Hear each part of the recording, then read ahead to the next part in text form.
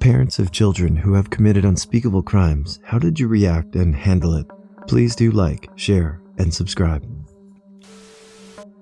My aunt and uncle's son killed his wife, 2 kids, and then himself. He was never ever mentioned after that day. His name was never to be said. They will not even acknowledge he existed. He was not even listed in my uncle's obit when he passed, just simply erased from the family history. Peeking secondhand, my best friend then and next-door neighbor and his girlfriend murdered an 89-year-old woman when we were 17. He received a life sentence. She got 2. His mom was an incredibly sweet person who was also a very tragic figure to me. My friend's birth father was a convicted rapist and was serving life without parole. Her new husband was verbally and physically abusive both toward her and her son. After he was convicted, she went from being a gregarious, if battered woman to becoming agoraphobic, terrified that people would recognize her as the mother of a murderer, and the few times I saw her in the year or 2 I continued to live next door, she deteriorated to a husk, barely recognizable. Incredibly sad story. That entire situation was so fucked, down to the girlfriend ending up pregnant and in jail forever. My brother sexually abused me for 7 years of my childhood, starting when I was 7. It took 3 separate tries of talking to my parents about it for them to not dismiss it, ignore it, for various reasons. The final time I spoke up, they tried to get us counseling to get through it in private as a family, but the counselor was mandated to tell the police. My parents assisted my brother in his defense. He went to jail for about 6 months, and they would have let him move back home when he got out if the judge hadn't told them no and put a protective order in place for me. My parents have been pissed for years that I still maintain no contact with my brother, but I will never consider him family again. They've minimized what truly happened over the years and now believe it was little more than playing doctor. When he first went to jail, they refused to say why to any of our family or friends and pressured me to also maintain secrecy so as not to air out dirty laundry. They said I'd be hurting myself just as much as him. The rest of my family is still in the dark. I think about outing the whole thing sometimes, but I'm not sure I want to deal with the massive shitstorm that would follow. My parents shot and killed my sister and made it look like a suicide, so this doesn't answer OP's question, but it fits the reverse. To answer that question, it has affected me for my entire life, not in a good way. It happened 30 plus years ago, and not a day goes by that I don't think of her. She was 13, I was 8. Love you, Kathy. Not me, but another person. I was on a jury, and they were asking us if any family members had been involved in a violent crime. A woman came forward, indicating her son had assaulted his wife and served time because of it. The prosecutor asked if she felt he had been treated fairly by the system.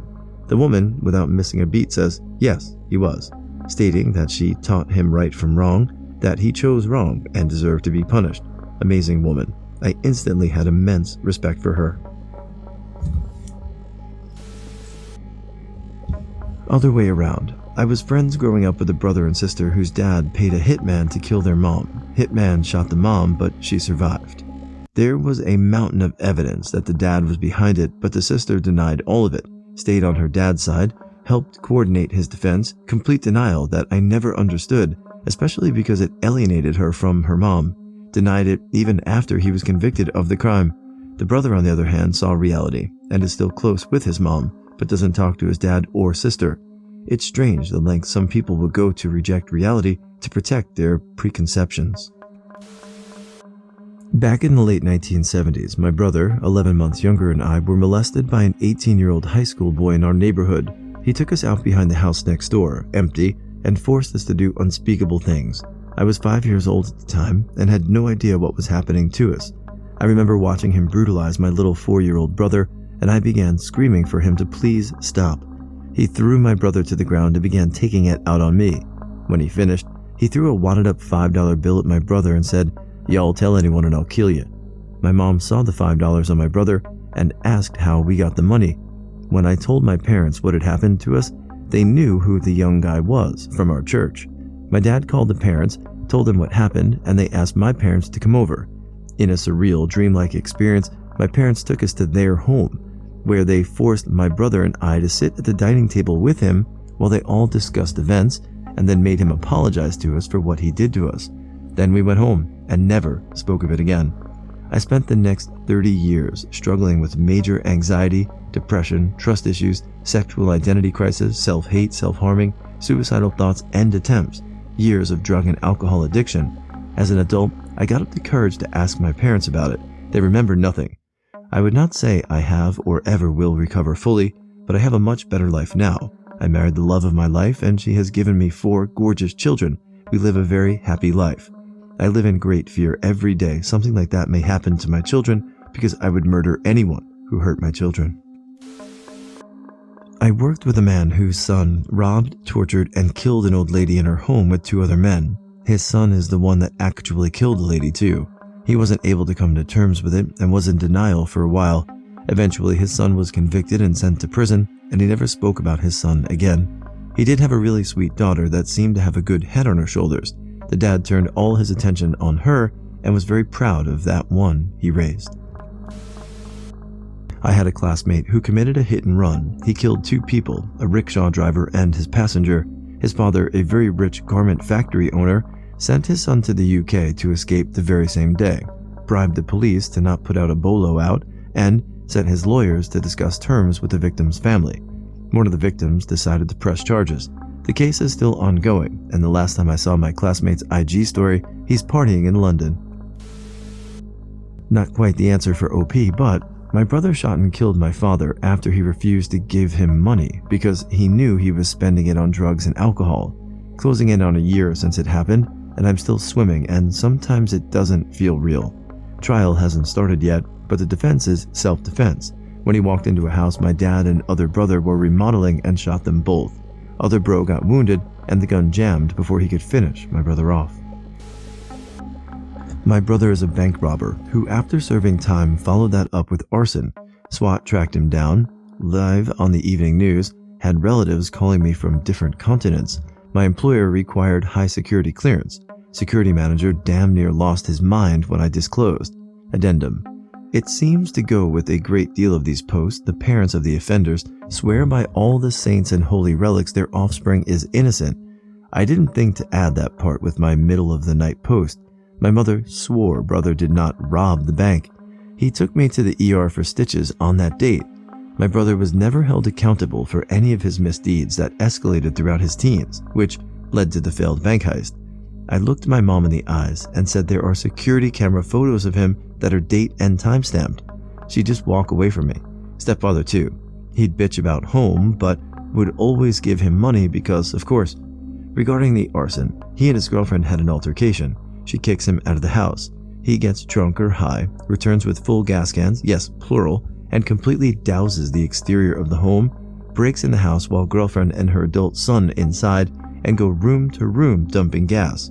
Girlfriend and her son lock themselves in a room. SWAT, fire department, and cops roll up. I watch from my home, 3,000 miles away on their local news, the entire circus play out with his arrest. There is more, but damn, why? I haven't seen or spoke to him in over 10 years. I take assignments overseas, so he or my other family members can't just roll up or drop in to visit. Want nothing to do with them. I went to a private school with a kid who brutally murdered one of our nuns. I believe his parents, who are in and from the Ukraine, basically just let us handle it and never fought for their son. Pretty sure he's somewhere in prison, maximum security type thing. This was back in like 2002-ish. The detective who handled the murder wrote a book about it. Pretty intense stuff. My mom just did a podcast interview about the nun and the whole thing, as she was one of the first people on site after they found the body. I grew up with a pair of brothers who were involved with gangs. In our early 20s, one got out and became a cop, and one got in deeper and became a pimp. He was still invited to parties and holidays, was still included in family events. He was still loved by his family. His crimes got more and more extreme until he was finally charged with repeatedly raping one of his prostitutes. She was not yet 13, so he was charged with 4 counts of rape of a child. There was a rumor going around our friend group that the charge was not real, and that the whole thing was trumped up by his baby mama. I asked the brother about it, and his exact words were, "I wish that were true. No, they have DNA." The cop brother was devastated. The pimp is now in jail for life, and the brother does not talk about him at all. I haven't spoken to this person in a long time, but her adopted daughter was brought up on human trafficking charges for recruiting and kidnapping minors into a prostitution ring. I'm not sure how that case went. She was only 16 herself, but the mom just cut her off completely. She explained what happened to people close to her, but then acted like nothing happened and as if she never even went through an adoption process in the first place. I'm not the parent, but my father kidnapped and raped a woman. He then ran from police for about a week, and when they cornered him, he committed suicide. Having a family member so close to you commit such a heinous crime is difficult to process. You have to rethink everything you ever thought about them. Well, I never had a great opinion of my father. He was extremely abusive. Even so, I never thought he would do something as bad as that. I reacted pretty much the only way I could, which was distancing myself from the situation. It became a pretty big deal for a few months after. It seemed like everyone in my city was talking about it. People I didn't even know were reaching out and offering their sympathy. It was a pleasant surprise that most people were kind and didn't try to make me feel bad. I have pretty much come to accept what has happened with little emotion, although I'm still haunted by the fact that an innocent woman had to be victimized by his evil act.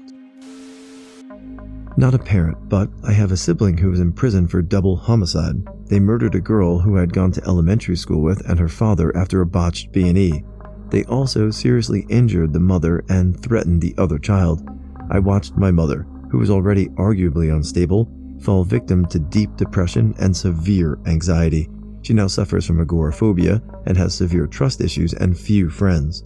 She still keeps in touch with my sibling on a weekly basis. I, however, haven't spoken to them since I turned 18 and was given a choice. So to speak to how she handled it, not well. She spent years in therapy that I personally don't think resolved much. I think she still has the mentality of, that's my child, but I can't wrap my head around that. I certainly prefer to think of myself as an only child. Sorry for the vaguish details, but I didn't want to get too specific about it. Not a parent. My cousin robbed the pharmacy my aunt worked at gunpoint on her day off. Roughs up a couple of her coworkers. They all knew who he was. Goes to jail for 7 years. Is out 18 months and not doing well. Gets blackout drunk and hops in his truck. Hits a guy head on in their town. Kills guy. Goes back to jail for 20 years. Still in there now. Guy he killed had a family with kids. Fucking awful. Worst part is my cousin admitted he intended to get in an accident but wanted to be killed in it, not hurt someone else. Didn't think it through and realized the chance of killing someone else was a possibility. Learning he killed the guy ruined him, and rightly so. He's trying to do something with his life inside, took a bunch of classes on landscaping and business, has a plan for when he gets out. But I know he'll feel awful the rest of his life about it, and while I feel for him, I'm kinda glad. Maybe it'll smarten him up. Not me, but my childhood neighbor's dad. My family grew up with their family, and I was extremely close with the oldest girl. Parents both drank a lot, but as a child I just saw it as them being fun, cool parents. Flash forward a few years. Mom and dad were drunk driving from one bar to the next when they hit a 20-year-old kid on a moped and then fled the scene. The kid was severely injured, but would have lived had they not left him there. My family woke up the next day to police surrounding their house, sirens and all. The police were only able to locate them because they had hit the poor kid so hard that their license plate had imprinted onto the side of his moped.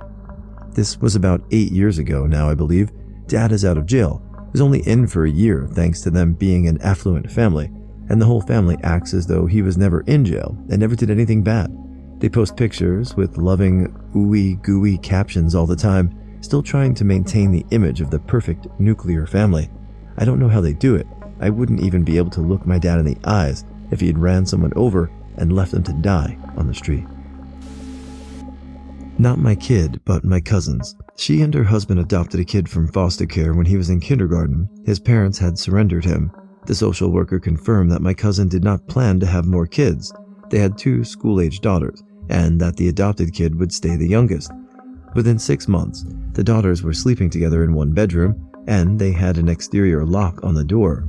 My cousin was spending a ton of time taking this kid to therapy. He had some sort of attachment disorder. They thought, no. He was autistic, no. He had early signs of schizophrenia, no. Round and round. My cousin was sure he just needed love. Turns out there's no therapy for fucking evil. His purpose in life was to get younger kids alone and molest them, hurt them, make them cry, rip their clothes off, shove toys into them. By the time he was 12, he was in a facility. But he was released the day he turned 18. Within 2 days, He was caught raping a 7-year-old boy, and there was overwhelming evidence he had raped a 2-year-old the previous day. My cousin never mentions him. It's like he never existed. He's in prison, and I hope he never gets out. Amen. Not a relative, but a fellow student, popular guy in my class who had sat behind me in homeroom and had the locker next to mine. After having an argument with his mother about his grades and him getting a job to help support them, he shot and killed her with a revolver he apparently purchased for someone at our school. This happened on a Friday. He hid her body in the apartment under a pile of clothes and a TV, and threw parties there on Saturday and Sunday. On Monday and Tuesday, he came to school like nothing happened. Then Wednesday, he used her car and credit card to go on a road trip.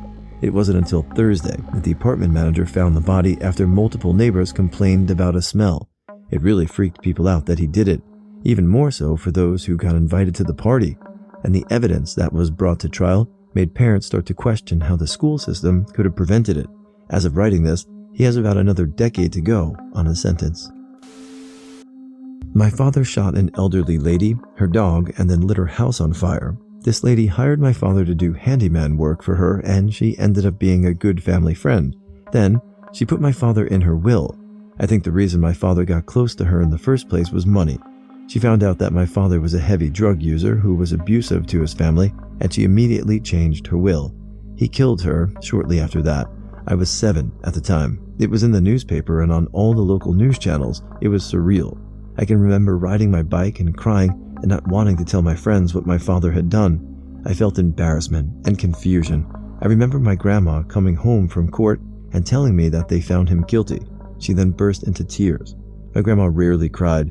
She felt like she went wrong somewhere in raising him. She told me that when I was much older, I don't think my grandparents did anything wrong with his upbringing. My father was a psychopath. This still affects my life today. At 40 years old, every year we have to talk to the parole board and tell them again why he should remain in prison.